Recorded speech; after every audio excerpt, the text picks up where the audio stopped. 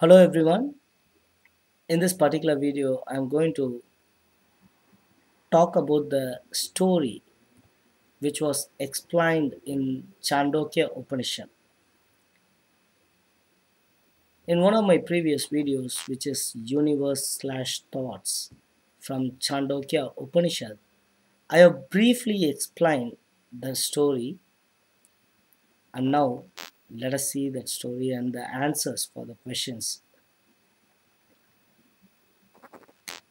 This kid, Swetaketu, who is very well learned, because of his pride, he was challenging a lot of people and he has defeated a lot of them until and unless he come across this particular king, the king of that particular kingdom. He went there and the king possesses 5 questions. He asked him 5 questions for which none of the questions the kid could answer. The questions were, do you know where people go after they depart from this world? Do you know where from people come when they are reborn in this world? Do you have any idea regarding the path which the soul either ascends or descends? And the fourth one was, why is this world not filled with people and overflowing? So always the world is able to contain people and it is never flooded with them. What is the reason? And then the fifth question was, in my previous video I said, why do you say without knowing all this that you are learned? But actually the fifth question was, do you know what are the 5 oblations that are offered and how the fifth oblation as a liquid becomes a human being?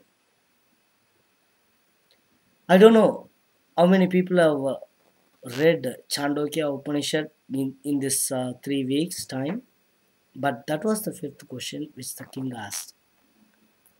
And for this, the boy was now humble, his pride vanished.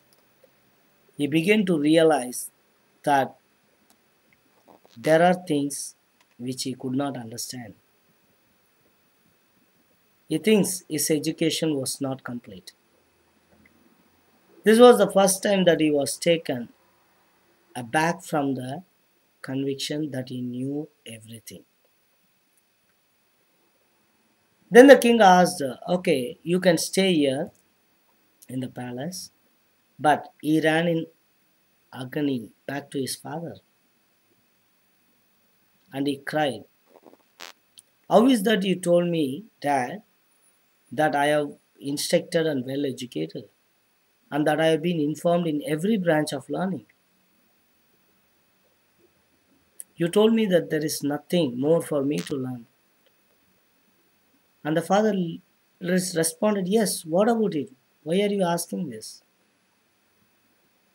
And the son, no, it's not like that. The king put me some questions I could not answer even one. So, not properly educating me, you merely told me that I have accomplished. And then the dad asked what are the questions, and then the son has to say these are the questions, and then he asked the answers from his dad. But the dad said, if I knew the answers, naturally I would have taught you. So I also don't know the answer.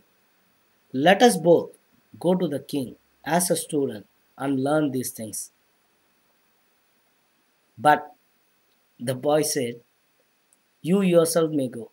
I am not coming. Because he was so ashamed that he would not like to show his face before the king again. So the father went and the boy did not go. The father went humbly and he was standing in the king's court, and then the king received him very well and he asked him to stay in his palace. And next morning where king was present in the palace, where he was ready to give offerings to people who come and see him,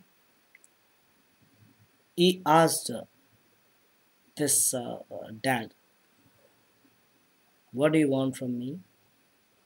And he says, ask me anything which is of this world, any material gain, any amount of wealth, whatever you need for your maintenance, ask for it. But the dad replied, by God's grace, I have enough of material wealth. I don't need anything of this world. But do give me the reply to the questions you put before my son. I have come here for knowledge. I wanted the wisdom of the questions which you posed. On hearing this, what happened is the king was a bit disturbed in his mind because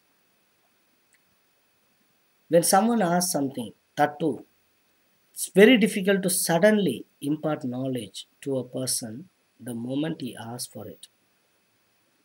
People who come to me ask something, I first ask them to do some background work, do some homework. Indirectly, what I am trying to say is patience is required. And this is the nature of every guru. If you come and ask something straight, they won't give it straight. They will definitely make you wait for some reason. There are hidden reasons for that. Only uh, these people know. And that is the procedure of any teacher, not just this guru or that guru. And this is the proper procedure of imparting knowledge. First thing is trying to understand whether the person has patience. And also there was other reason for the king not to give the answer straight away, because Kshatriyas normally they don't take Brahmins as their students. Only Brahmins take Kshatriyas as their student. That was the custom followed that time, and the king doesn't want to break that custom as well. So all he said is, he said, you stay here for some time, we shall think about it. And he asked him to stay for a year in that palace. And without anything, the Brahmin accepted to stay there. That is the first thing, listening to the teacher. So he, in Manasiga Guru, the king has become like a teacher in his mind. So whatever he says, the Brahmin is following. After that, thereafter the king said one day, you asked me to give you the knowledge of things which was kept secret only by Kshatriyas. Only the Kshatriyas know all this information, and it was kept as a secret, and first time it is going to come out of the circle because you asked for it. And the king says, now comes the actual answers for every question I put to the board. Before we proceed into what are the answers the king is going to say, we need to understand certain things. This is already there in the Upanishads. People have read it so many times. But even if you read 100 times, it is very, very difficult to understand. So, to understand the answers, what the king is going to give, we need some homework to do. The homework is patience. Patiently listen to what I am going to say. And if the video is going to run more time, longer, then I may not say the answers in this video. But let us see how it goes. Those things are there as a theory in Upanishads. We have to practice it. To practice that, we need a lot of understanding. The answers what the king is going to give, it's all like a concept of certain meditations. They are all vidyas because they are very specific type of knowledge. Every form of the learning in this world is isolated in the sense that it bears no connection to the other branches. A person who is a doctor, he can't understand what the engineer has read. A person who is proficient in one branch need not to be proficient in another, and therefore there is limitedness. The mind is limited and knowledge is limited. Our knowledge is finite, so we can never say that I know everything. Whatever be the education of the person, he cannot become all knowing. We need to understand that. We bind us. Actually, we bind us because of ignorance of something which exists somewhere. That something which is existing somewhere, and we are ignorant, so we got stuck in this world. But about that something which we have no information, we don't know. So, whenever there is ignorance, there is bondage. But if we have a knowledge of something, ignorance is equal to bondage. But when we know something, when we have a knowledge of something, we are not bound to that, but we have a control over it. You need to understand the difference. The world binds us. The law of gravitation limits us. The law of nature restricts us because we do not have knowledge, complete knowledge of these laws. We cannot think things which are not purely sensory or physical. We cannot think something which is not physical. We cannot think something which is not, we cannot sense. But it doesn't mean that it doesn't exist. We cannot visualize things which are superficial. We cannot understand any aspect of reality which is not there in space. Only what is visible, what is reality, we can understand. And so, what does that mean is we all are finites, we are bound, and we are limited in every way. The process of birth and death are also to be explained from this point of view. There is some law which works in some peculiar manner, and it's known as transmigration.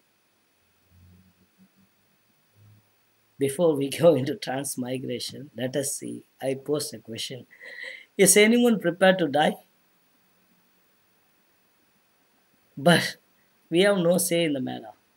We will die one day or other. But why should we die? Who tells us that you must die? No one knows this, isn't it? And if somebody is he born by his own wish? All of these things is trying to say there is some force working behind. So is the case with every kind of experience through which we pass. And we don't know what will happen tomorrow. And so much is our ignorance. So shed your egos. Don't think that we know everything. And King now is going to explain something called the panchagni vidya to the Brahmin. That panchagni vidya contains the answers for all the questions what King posed. But panchagni vidya is a kind of meditation which is regarded as a great secret by the Upanishad teachers. This is a very, very great secret. It is not going to come out. No one is going to explain about all these things. And that is what, as I said, even if you hear it being expounded once or even 100 times, You can't understand the law of nature merely by listening because it is tied to our personal life. We need to actually experience it. As I said before, vidya is a knowledge, a type of meditation, a comprehensive insight into the nature of reality behind any phenomenon. That is what is vidya is. And what are these phenomena?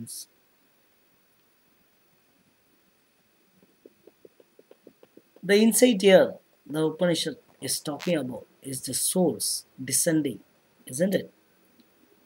How are they coming to this world? Let us see that. We know people are born and we know people die. This is the much of knowledge we have. We have also knowledge that certain actions that we perform are responsible for our birth and death and our other experiences in life. The good that we do brings good experiences, the pleasant ones, and the bad ones produce contrary results. This much of information we have gathered by studying or hearing, etc.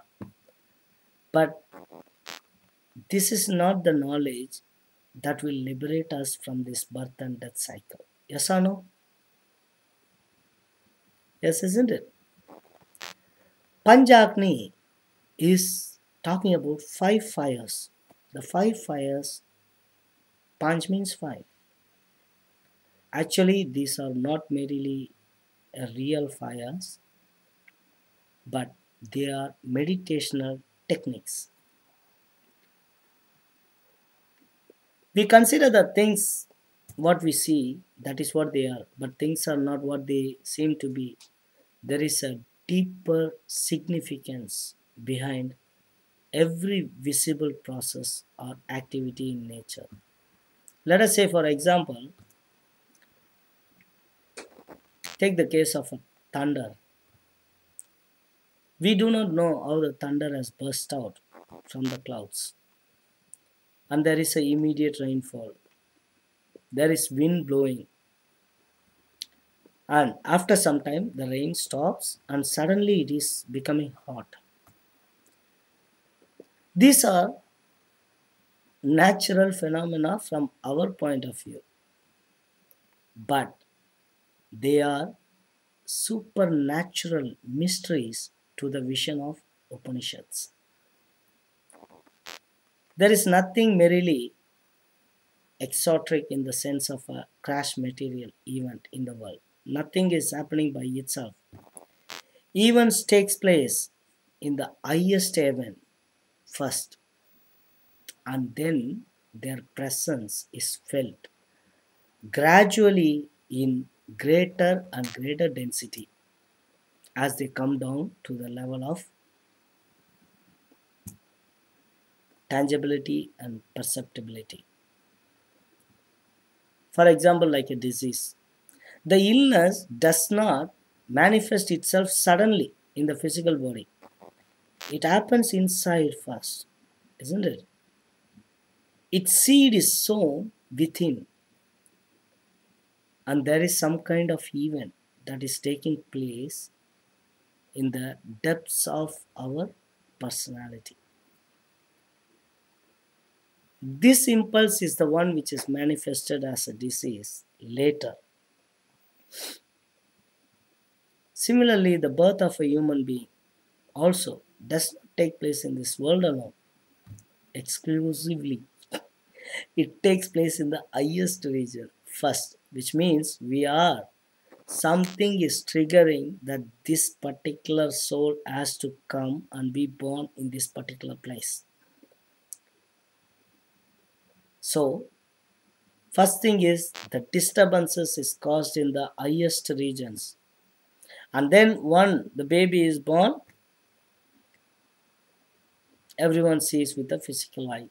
And they say that a child is born, someone has come, there is a rebirth, etc. But this someone has not come suddenly. There has been a complicated interior process which always manages to escape to the notice of an ordinary person. We cannot notice it. It obviously escapes. We don't understand that complicated process. But this is not the case for just human beings. It is case for every event happening in this world. So, to understand the answers, what the king is going to say, now here is the homework. Google the panchagni vidya and see what you can understand, so that in my next video, when I post before that, you can post some comments or send me an email so I can be more clear on the third video. Please do take care.